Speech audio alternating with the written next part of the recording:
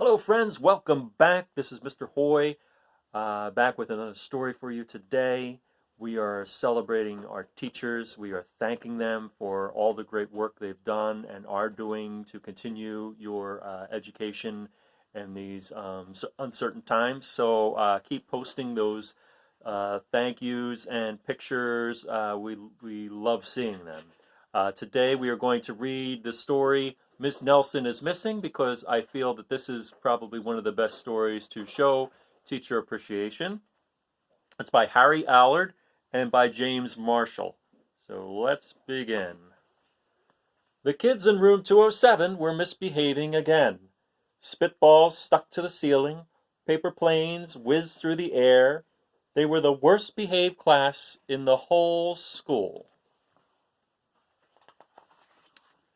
"Now settle down," said Miss Nelson in a sweet voice.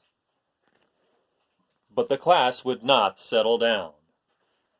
They whispered and giggled.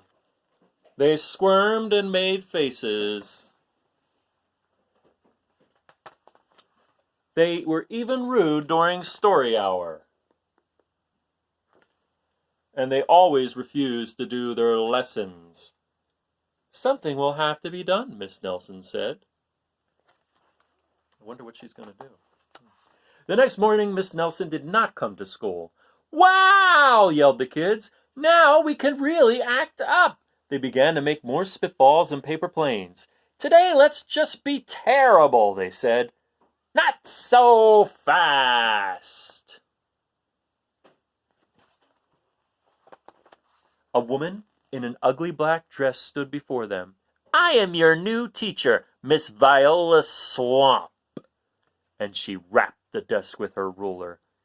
"Where is Miss Nelson?" asked the kids. "Never mind that," snapped Miss Swamp. "Open those arithmetic books." Miss Nelson's kids did as they were told. They could see that Miss Swamp was a real witch. She meant business. Right away she put them to work. And she loaded them down with homework. "We'll have no story hour today," said Miss Swamp.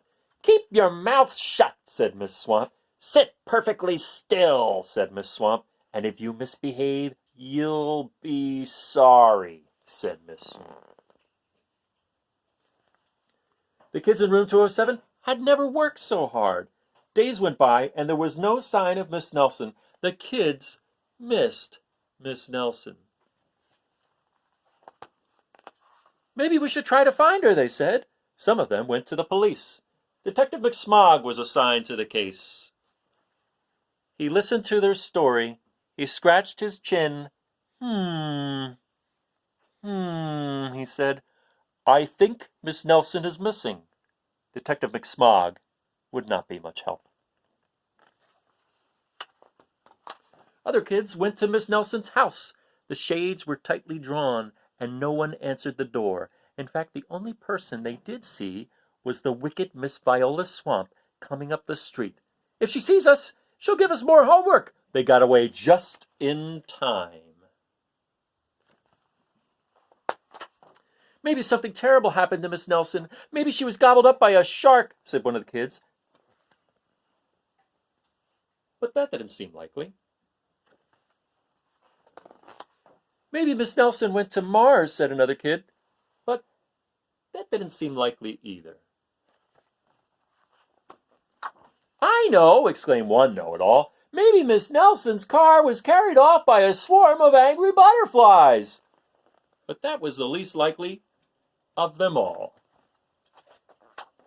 The kids in room 207 became very discouraged. It seemed that Miss Nelson was never coming back, and they would be stuck with Miss Viola Swamp forever. They heard footsteps in the hall. "Here comes the witch," they whispered. "Hello, children," someone said in a sweet voice.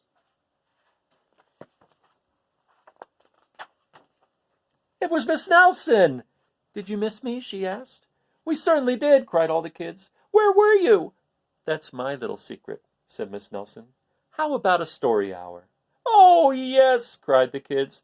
Miss Nelson noticed that during story hour, No one was rude or silly. What brought about this lovely change? She asked. That's our little secret, said the kids. See how happy they are that Miss Nelson's back? They truly appreciate her now, don't they?